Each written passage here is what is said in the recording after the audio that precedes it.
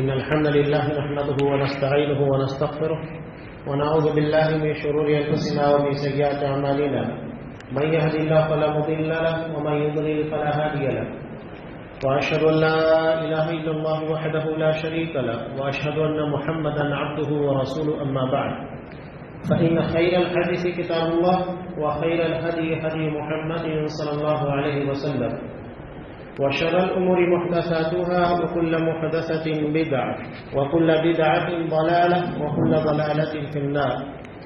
أعوذ بالله السميع العليم من الشيطان الرجيم. بسم الله الرحمن الرحيم. يا أيها الذين آمنوا اتقوا الله حق تقاته ولا تموتن إلا وأنتم مسلمون. يا أيها الناس اتقوا ربكم الذي خلقكم من نفس واحدة وخلق منها زوجها وبث منهما رجالا كثيرا ونساء واتقوا الله الذي تساءلون به والأرحام إن الله كان عليكم رقيبا. يا أيها الذين آمنوا اتقوا الله وقولوا قولا سديدا يصلح لكم أعمالكم ويغفر لكم ذنوبكم ومن يطع الله ورسوله فقد فاز فوزا عظيما.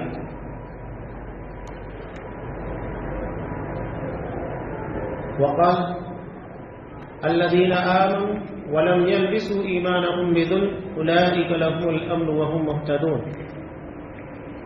وعن أنس رضي الله تعالى عنه قال قال رسول الله صلى الله عليه وسلم قال الله تبارك وتعالى يا ابن آدم إنك ما دعوتني ورجوتني غفرت لك على ما كان فيك ولا أبالي. يا ابن آدم لو بلغت ذنوبك عنان السماء ثم استغفرتني غفرت لك ولا أبالي.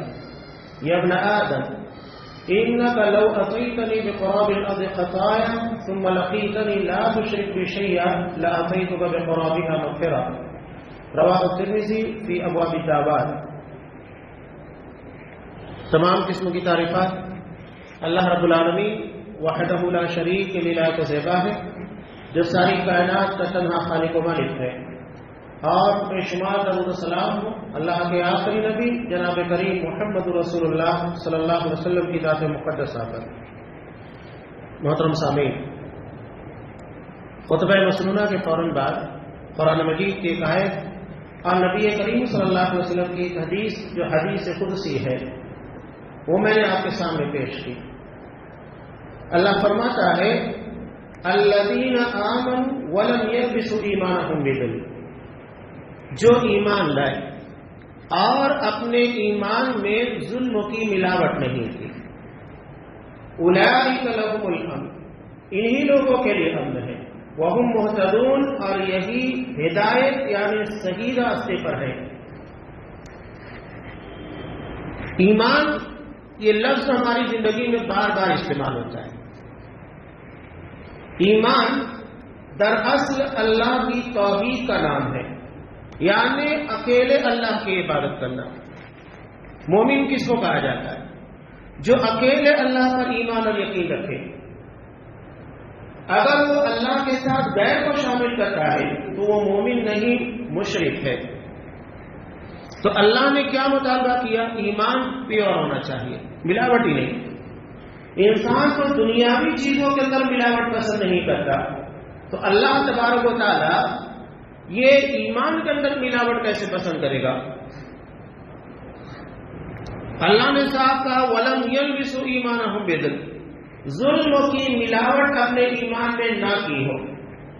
اس آیت کے نازل ہونے کے بعد حضرت عبداللہ بن مسعود رضی اللہ تعالیٰ عنہ کہتے ہیں کہ اصحاب کرام کو بڑی فکر لاحق ہوئی، اور نبی کریم صلی اللہ علیہ وسلم سے کہا بھی، جیسا کہ بخاری کی روایت میں کہا کہ اللہ رسول اینا لم یظلم نفسہ، ہم میں کا کون شخص ہے جو اپنے آپ پر ظلم نہیں کرتا ہے، جبکہ اللہ نے مطالبہ کیا ہے کہ ایمان کے پاس ظلم کی ملاوٹ نہیں ہونا چاہیے، تبھی امن اور ہدایت ملنے والی ہے.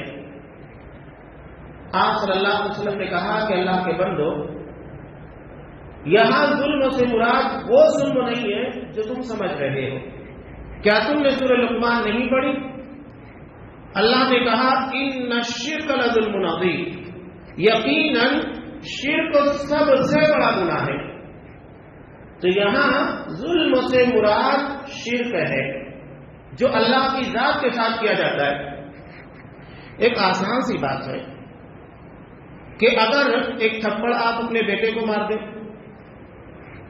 یا وہی تھپڑ بھائی کو مار دیں، باپ کو مار دیں، ماں کو مارے، تھپڑ ایک ہی ہے، لیکن بچے اور ماں کے درمیان کتنا بڑا فرق ہے۔ مقام کے اعتبار سے جرم بڑا ہو جاتا ہے۔ ماں کے سامنے تو اف کہنے کا حکم نہیں ہے، یہاں ہاتھ اٹھانا بہت بڑی بات ہو جاتی ہے۔ تو جو ظلم اللہ کی ذات کے ساتھ ہوگا وہ اللہ کی ذات اس کی عظمت کی وجہ سے بڑا بن جاتا ہے۔ اسی لیے اللہ نے کہا کہ اس کے ساتھ کسی کو شریک بنانا یہ سب سے بڑا ظلم ہے۔ ظلم عربی زبان میں کہتے ہیں وہ شیء فی غیر محلہ، کہ چیز کو اس کے صحیح مقام سے ہٹا کر غلط جگہ کے پر رکھ دینا۔ ٹوپی اللہ نے اس کا مقام سر رکھا ہے، اگر کوئی اسے اپنے پیر کے اندر پہن لیتا ہے یہ ظلم ہے، اس لیے کہ اس کا صحیح مقام اللہ نے سر بنایا ہے۔ تو ایسے اللہ ہماری عبادت، نظر و نیاز، ہر چیز کا اکیلے مستحق ہے۔ اگر اس میں کسی غیر کو ہم نے شامل کر دیا تو یہ سب سے بڑا ظلم ہے اور اللہ کو پسند نہیں ہے۔ جو حدیث میں نے آپ کے سامنے پیش کی ترمذی کے حوالے سے، 3 اہم باتیں اللہ نے بیان کی۔ یہ حدیث جس میں اللہ بیان فرما رہا ہے، اللہ سارے آدم کی اولاد کو خطاب کر کے کہتا ہے یا ابن آدم انک ما دعوتنی ورجوتنی غفرت لک علی ما کان فیک ولا ابالی۔ سن آدم کی اولاد، تو جو مجھ سے امیدیں وابستہ کرے گا، جو دعائیں مجھ سے مانگے گا، میں تجھے بخش دوں گا، مجھے کوئی پرواہ نہیں۔ اللہ تبارک و تعالیٰ کو کس بات کی پرواہ ہے؟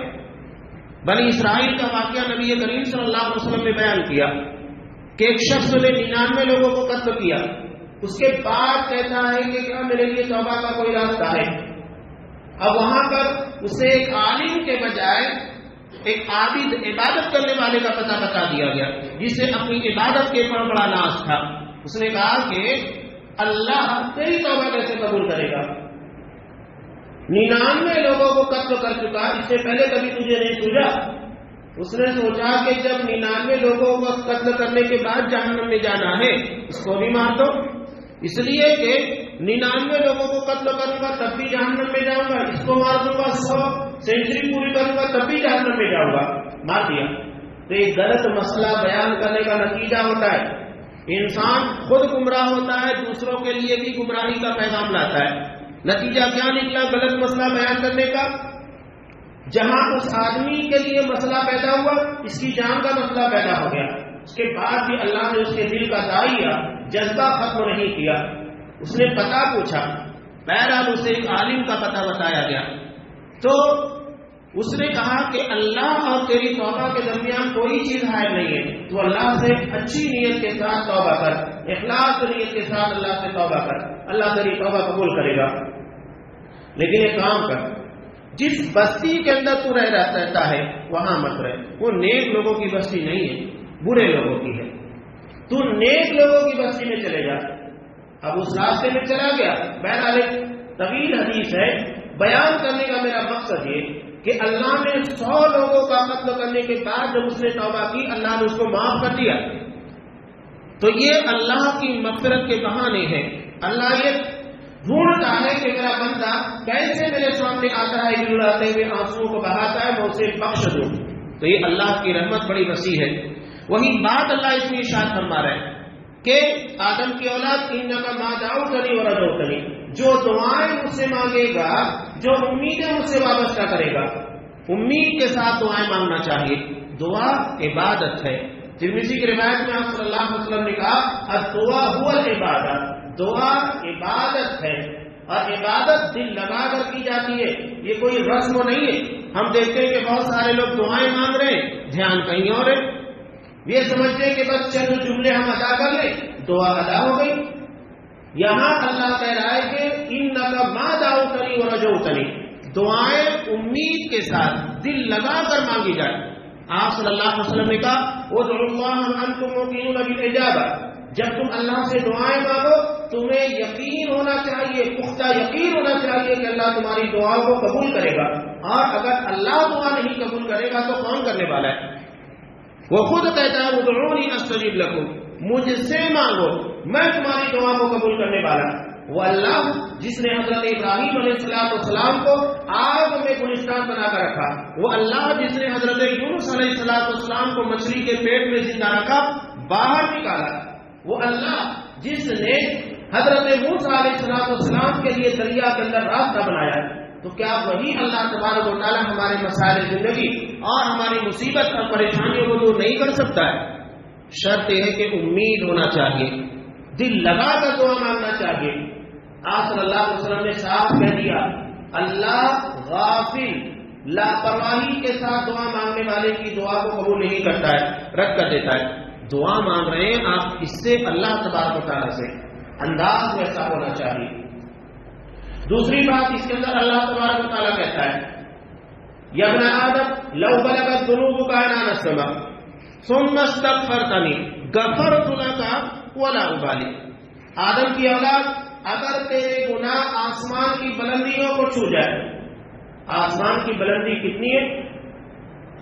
امام ابن حبان رحمۃ اللہ علیہ نے ایک صحیح روایت کو نقل کیا، زمین سے لے کر آسمان تک کے درمیان 500 سال کا فاصلہ ہے۔ اب یہ کتنی رفتار سے جانا ہے ایک الگ مسئلہ، بتا دیا گیا ہے 500 سال کا فاصلہ، اور یہی معاملہ پہلے آسمان سے دوسرے، دوسرے سے تیسرے اور 7ویں آسمان تک ہے، اور 7ویں آسمان کے بعد اللہ کی کرسی اور اس کے بعد عرش، ہر کسی کے درمیان 500 سال کا فاصلہ ہے۔ بتانے کا مقصد یہ کہ گناہ بہت زیادہ ہو جائے، انسان کو گھبرانا نہیں چاہیے، بلکہ اللہ کے سامنے آنسوؤں کو بہانا چاہیے۔ ان آنسوؤں سے ندامت کے ساتھ، شرمندگی کے ساتھ بہنے والے آنسو اللہ کو بہت پیارے ہیں۔ اللہ ان آنسوؤں کے پر رحم کرتا ہے جو اس کے خوف کی بنیاد کے پر نکلتے ہیں۔ قیامت کے دن 7 لوگوں کو عرش کے سائے تلے جگہ ملنے والی ہے، اس میں سے ایک بندہ کون ہوگا کہ جو اللہ کو تنہائی میں یاد کرتا ہے، اور اس کی وجہ سے اس کی آنکھوں سے آنسو جاری ہو جاتے ہیں۔ تنہائی میں اللہ کو یاد کرتا ہے، آنکھوں سے آنسو بہتے ہیں، اللہ کے عذاب، اس کے خوف کی بنیاد پر اللہ اسے بخش دیتا ہے، اسے معاف کرتا ہے۔ تو یہ آسمان کی بلندی کو چھو جائے کوئی مسئلہ نہیں، اللہ کے سامنے ہاتھوں کو پھیلائیے، وہ رب کریم ہمارے گناہوں کی مغفرت فرمائے گا۔ تیسری سب سے اہم بات اس حدیث کے اندر بیان فرمائی کہ اِنَّكَ لَوْ أَتَيْتَنِي بِقُرَابِ الْأَرْضِ خَطَايَا، آدم کی اولاد اگر تو زمین بھر کر خطائیں لائے گا، کتنی بڑی ہے زمین، پوری زمین اگر تیرے گناہ، تیری غلطیوں اور خطاؤں سے بھر جائے، اتنے سارے گناہ لے کر تو میرے پاس آئے گا، لیکن اس حالت میں آئے گا ثُمَّ لَقِيتَنِي لَا تُشْرِكْ بِي شَيْئًا، کہ تو نے میرے ساتھ بے وفائی نہیں کی، یعنی شرک نہیں کیا۔ ایک مرد اپنی بیوی کی بہت ساری غلطیوں کو نظر انداز کرتا ہے، چھوڑ دیتا ہے، لیکن کوئی غیرت مند کبھی یہ نہیں برداشت کرتا کہ اس کی بیوی کسی غیر مرد کے ساتھ وہ رابطہ رکھے جیسا اپنے شوہر کے ساتھ رکھتی ہے۔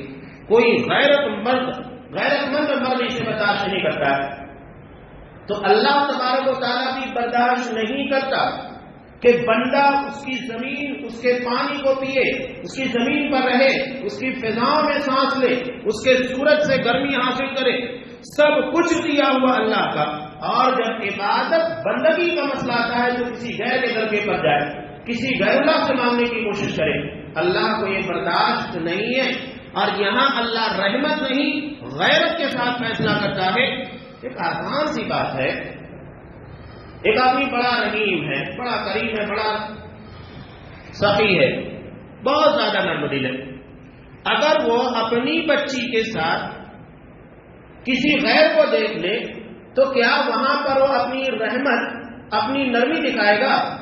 اور اگر وہ نرمی دکھا کر اس کو بیوقوف کہا جائے گا، وہاں پر وہ اپنی خودداری، اپنی غیرت کا مظاہرہ کرتا ہے۔ اللہ تبارک و تعالیٰ شرک کے معاملے میں غیرت کا مظاہرہ کرتا ہے، وہاں پر رحمت نہیں ہے۔ صاف کہہ دیا، اگر تو اس حالت میں ملاقات کرتا ہے، میرے ساتھ تو نے بے وفائی نہیں کی ہے، تو پھر میں اتنی مغفرت لے کر آؤں گا جتنی تیری خطا اور تیری غلطیاں ہیں. ایک آسان سی مثال دے کر میں اپنی بات مکمل کر دیتا ہوں. حکایت لطیف فارسی کی کتاب ہے. بہت ساری انسانی زندگی کی باتوں کو سمجھانے کے لیے اس میں مثالیں پیش کی گئی ہے. ایک مثال بہت اچھی دی گئی کہ شخص راستے میں جا رہا تھا کہ خوبصورت عورت دیکھا, اس کے پیچھے چلنے لگا. عورت کو محسوس ہوا کہ میرا پیچھا کر رہا ہے. ایک جگہ وہ رکی. رکنے کے بعد اس مرد سے کہا کیا بات ہے, میرے پیچھے پیچھے کیوں آ رہے؟ تو کہنے لگا تمہاری خوبصورتی تمہارے حسن کے پر فدا ہو گیا ہو. اس نے کہا کہ اچھا, میری چھوٹی بہن میرے پیچھے آ رہی ہے, وہ مجھ سے زیادہ حسین اور خوبصورت ہے. یہ پلٹ کر دیکھنے لگا. جیسے ہی پلٹ کر دیکھا اس عورت نے ایک تماچا مارا. کہا کہ اگر تم میری خوبصورتی میرے حسن پر فدا ہوتا تو پیچھے پلٹ کر دیکھنا گوارا نہیں کرتا. یہ بے وفائی یا ہرجائی پر ہے. ایک طرف تو دعویٰ کرتے ہیں کہ سب کچھ ہمارا اللہ ہے, سب کچھ عطا کرنے والا, سب کچھ دینے والا, ساری مصیبت ساری پریشانیوں کو دور کرنے والا, اور دوسری طرف پتہ نہیں کس در کے پر جا کر اپنی مرادیں اولاد کے لیے کسی مزار کو پکڑ لیا, کسی قبر والے کو پکڑ لیا. حالانکہ ہم الٹی گنگا بہاتے ہیں. قبر والا ہماری دعاؤں کا محتاج ہے, ہم اس کے محتاج نہیں ہیں. صاف اللہ تبارک تعالیٰ کہتا ہے مردوں کے لیے دعا کیجیے اور تمہاری دعا کے محتاج ہے. ان کی زندگی کا صفا ختم ہو چکا ہے, اللہ نے تمہاری زندگی باقی رکھی ہے, تمہارے اعمال باقی رکھے ہیں. تو یہ حدیث تھی جس کی مختصر سی شرح میں نے آپ کے سامنے رکھی, یہ بتانے کے لیے کہ اپنے ایمان کی حفاظت کیجیے. یہ ایمان آپ کو اللہ کی جنت تک لے کر جائے گا. لا تدخلون الجنت حتی تؤمنوا, بغیر ایمان کے تم اللہ کی جنت میں داخل نہیں ہوگے. اگر یہ ایمان لنگڑا لولا ہو گیا, اس میں شرک کی ملاوٹ کہیں ہو گئی, تو اللہ نے صاف کہہ دیا میں تمہاری مغفرت نہیں کروں گا. اور اگر شرک کا ڈبہ نہیں ہے تو اللہ دے کر خطاؤں کے بارے میں رحیم ہے, کریم ہے, وہ صاف کہتا ہے ان اللہ لا یغفر ان یشرک بہ ویغفر ما دون ذلک لمن یشاء. شرک کے علاوہ جو بھی گناہ ہوں گے اللہ اگر چاہے تو معاف کرے گا. وہ رحیم و کریم ہے, یقیناً رحمت کے ساتھ فیصلہ کرے گا. لیکن شرک کے معاملے میں اللہ نے صاف کہہ دیا وہاں اللہ کی رحمت, اللہ کی مغفرت کی کوئی امید نہ رکھنا. اللہ تبارک و تعالی ہمیں اپنے ایمان کے تحفظ کی توفیق عنایت فرمائے. اللہ تبارک و تعالی اس کے ساتھ بے وفائی جو شرک کے نام سے تعبیر کی جاتی ہے اس سے ہمارے نامہ اعمال کو محفوظ رکھے. ہمیں اس کے در کے پر ہم وقت توبہ استغفار کی توفیق عنایت فرمائے, ہماری توبہ کو قبول کرے اور ہمیں کثرت کے ساتھ استغفار کی توفیق دے. آمین. بارک اللہ لنا ولکم فی القرآن العظیم ونفعني وإياكم بالآیات والذکر الحکیم انہ تعالی جواد کریم ملک رؤوف رحیم.